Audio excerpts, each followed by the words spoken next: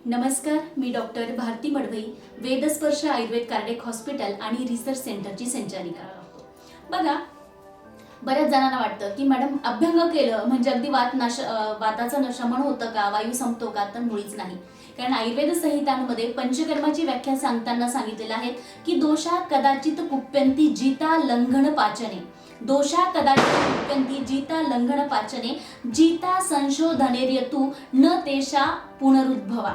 म्हणजे बघा, दोष जर थोडेसे वाढलेले असतील तर ते तुम्ही अगदी औषधी जरी सेवन केलं तरी ते कमी होतात, साधं अभ्यंग केलं तरी सुद्धा कमी होतात. पण दोष जर खूप वाढलेले असतील तर त्यांना मात्र तुम्हाला शरीरातून बाहेर काढून टाकावं लागेल. मग बाहेर काढून टाकण्यासाठी काय करायचंय? तर जिता संशोधनेर्यतु न तू तेषां पुनरुद्भवा. म्हणजे असे जर आपण पंचकर्म चिकित्सेने, शोधन चिकित्सेने बाहेर काढून जर दोष टाकले तर त्याचा पुनरुद्भव होत नाही, म्हणजे ते पुन्हा वाढत नाही आणि दोष वाढले नाही याचा अर्थ आजार सुद्धा वाढणार नाही. आता बऱ्याच ठिकाणी होतं असं की बरेच हॉस्पिटल्स म्हणा किंवा बऱ्याच ठिकाणी असं केलं जातं की स्नेहन केलं जातं, म्हणजे बॉडी मसाज केला जातो, स्टीम बाथ दिला जातं आणि यालाच पंचकर्म असं नाव दिलं जातं. परंतु ते अतिशय चुकीचं आहे. ते पंचकर्म नाही तर ते केवळ पूर्वकर्म आहेत. कारण पंचकर्म चिकित्सा करताना पूर्वकर्म, प्रधान कर्म आणि पश्चात कर्म अशी मुख्य प्रक्रिया असते. मग पूर्वकर्मामध्ये काय केलं जातं? तर संपूर्ण शरीराला स्नेहन म्हणजे अभ्यंग आपण ज्याला म्हणतो, त्याच पद्धतीनं थोडंसं औषधीयुक्त मेडिकेटेड ऑइलचं ओलेशन थेरपी म्हणजेच मसाज केला जातो. त्या मसाज नंतर लगेच स्टीम बाथ दिला जातो. मग तो सुद्धा अगदी वेगवेगळ्या औषधी काढ्यांचा असतो. हे झालं पूर्वकर्म. पूर्वकर्म म्हणजे जसं आपण जमिनीला पेरणी करण्यापूर्वी जी मशागत करत असतो जमिनीची, मग वखरणी असेल, नांगरणी असेल, कोळपणी असेल किंवा कचरा वेचणं असेल, हे सगळी पूर्व मशागत म्हणजे आयुर्वेदातील पूर्वकर्म जे स्नेहनसेद. मग नेमकं पंचकर्म चिकित्सा म्हणजे काय, शोधन चिकित्सा म्हणजे काय? तर त्याच्यामध्ये 5 कर्म म्हणजे पंचकर्म. याच्यामध्ये मग वमन आहे, विरेचन आहे, बस्ती आहे, नस्य आहे, रक्तमोक्षण आहे, काही काही आचार्यांनी धूमपान सुद्धा त्याच्यामध्ये काय अंतर्भाव केलेला आहे. हे जे मेन 5 कर्म आहेत, हे 5 कर्म वेगवेगळ्या आजारानुसार. आता वमन म्हणजे जे कफाचे जे आजार आहे, आता सर्दी वाढलेली आहे, बऱ्याच जणांचं सारखं नाक वाहणे, सर्दी होणे, दमाचा ज्यांना त्रास आहे त्यांना अस्थमाचा अटॅक सुद्धा येतो. प्रायमरी ब्रॉन्कायटिस म्हणजे अस्थमा झालेला नसतो पण त्याच्या आधीची स्टेज आहे, ॲलर्जिक कफ आहे. या सगळ्या आजारांसाठी वमन चिकित्सा म्हणजे दोषहरम ऊर्ध्व भागम वमनाख्यम, जे दोष छातीमध्ये साठलेले, वरच्या भागात साठले त्यांना काढून टाकण्यासाठी वमन केलं जातं. तसंच विरेचन चिकित्सा.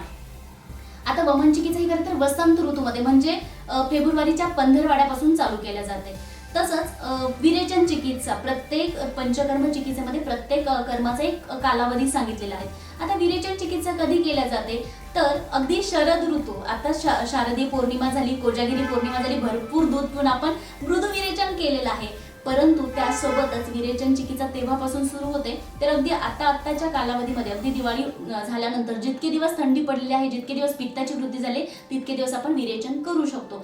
तर विरेचन चिकित्सा कोणत्या आजारासाठी? तर जे पित्ताचे विकार आहे, मग हायपर ॲसिडिटी असेल, आम्लपित्त ज्याला आपण म्हणतो, मलावष्टंभ, पोट साफ होत नसेल, पचनाचे आजार असेल, ज्यांना भूक लागत नसेल, ज्यांचं वजन खूप कमी आहे किंवा ज्यांचं वजन खूप वाढलेलं आहे, असे सगळेच वाताचे किंवा पित्ताचे जे रुग्ण आहेत त्या सगळ्यांना विरेचन चालतं. पित्ताचे 40 व्याधींसाठी आणि वाताच्या 80 व्याधींसाठी विरेचन चिकित्सा ही योग्य सांगितलेली आहे. आता विरेचन म्हणजे काय? तर दोषहरम अधोभागम म्हणजे छातीच्या खाली जितका भाग येतो त्या भागामध्ये जर आजार असेल, व्याधी असेल तर विरेचन चिकित्सा केली जाते. नस्य नासा ही शिरसोदारम म्हणजे बघा, मेंदूचं जे द्वार आहे ते नाक सांगितलेले, नासा सांगितलेलं आहे. मग नाकामध्ये टाकलेली औषधी थेट मेंदूपर्यंत जाते असं आयुर्वेद शास्त्र सांगतं. आणि म्हणूनच मग मायग्रेन सारखे आजार असतील, नेहमी सर्दी होत असेल किंवा डेव्हिएटेड नेझल सेप्टम, नाकाचं हाड वाढणं, हा जो काही प्रकार आहे, असे आजार असतील, झोपेचे प्रॉब्लेम असतील, स्मरणशक्तीचे प्रॉब्लेम्स असतील, अशा सगळ्यांसाठी नस्य चिकित्सा केली जाते. त्यानंतर मग रक्तमोक्षण. आता व्हेरिकोज वेन, रक्तदृष्टी, जिथे जिथे दूषित रक्त आलं तिथे तिथे रक्तमोक्षण सांगितलेलं आहे. आजकाल आपण बघतो व्हेरिकोज वेनचा जो काही आजार आहे, पायाच्या नसा फुगणे, हातापायांच्या, त्याचं भरपूर प्रमाणात वाढलेले आहेत. त्याची अनेक कारणं आहेत. तर ह्या आजारांसाठी रक्तमोक्षण केलं जातं. त्वचेचे विकार असतील, त्वचेला खाज येणं असेल किंवा त्वचेमध्ये कोणतेही विकार असतील तर त्याच्यासाठी रक्तमोक्षण केलं जातं. पिंपल्स, मुलींना जे फोड येतात त्या फोडांसाठी अशा वेगवेगळ्या आजारासाठी रक्तमोक्षण केलं जातं. आणि बस्ती चिकित्सा, वायुवृद्धीसाठी विरेचन चिकित्सा आहे, त्याबरोबरच बस्ती चिकित्सा सुद्धा खूप महत्त्वाचा त्याच्यामध्ये या बस्ती चिकित्सेमध्ये वेगवेगळे औषधी देऊन वायूचं निर्हरण करण्यासाठी ही बस्ती चिकित्सा केली जाते.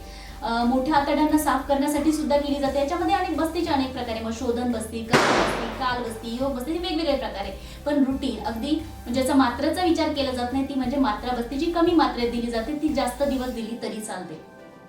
ही सगळी पंचकर्म चिकित्सा झाली. 5 कर्म झाले जे प्रत्येक आजारानुसार आपण करत असतो. आणि त्यानंतर पश्चात एकदा सगळे दोष वाढले शरीरात, त्यामध्ये ते बाहेर काढून फेकले की मग त्यानंतर ते दोष पुन्हा वाढू नये, पुन्हा आजार उद्भवू नये, यासाठी मग क्रमाने आहारात वाढ केली जाते. मग अगदी पेज देण्यापासून तर मऊ भाताची खिचडीपासून मग वरणफळासारखे पदार्थ असतील, असं करत करत शेवटी भाजीपोळीवर किंवा डाळ भात भाजीपोळीच्या नॉर्मल आहारावर आणला जातो. ते झाले पश्चात हे पश्चात खरं तर 7 दिवस सांगितलेले आहेत, पण आपण आता 3 ते 4 दिवसाचे पश्चात देतो, कारण आपला व्यवसाय असतो, अनेक गोष्टी त्यामध्ये समाविष्ट असल्यामुळे हे पश्चात 7 दिवस नाही तर 3-4 दिवस आपण करतो. आणि जर ज्यांना शक्य आहे त्यांना अगदी 7 दिवसाचा संसर्जन क्रम आपण करत असतो.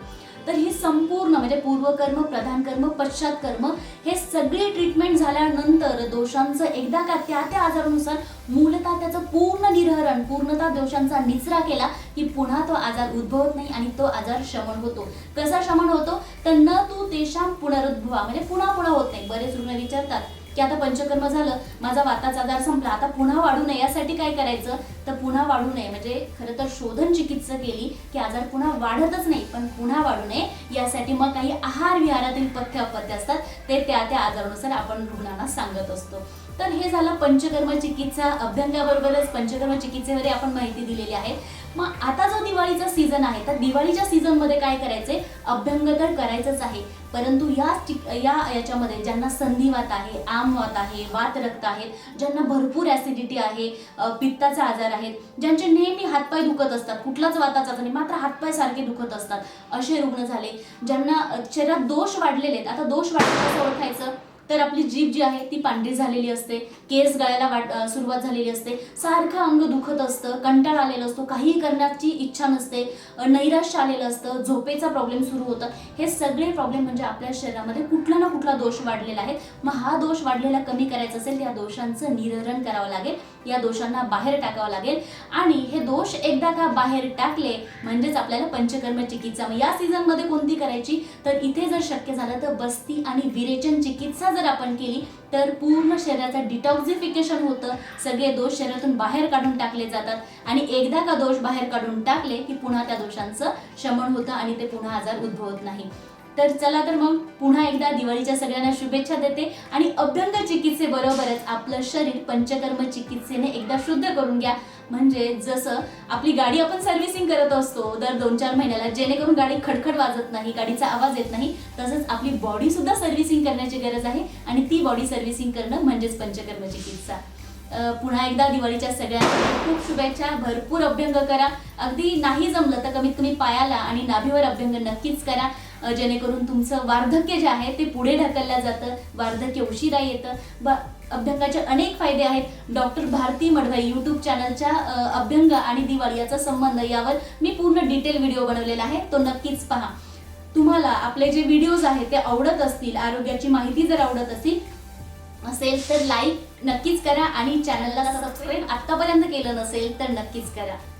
धन्यवाद.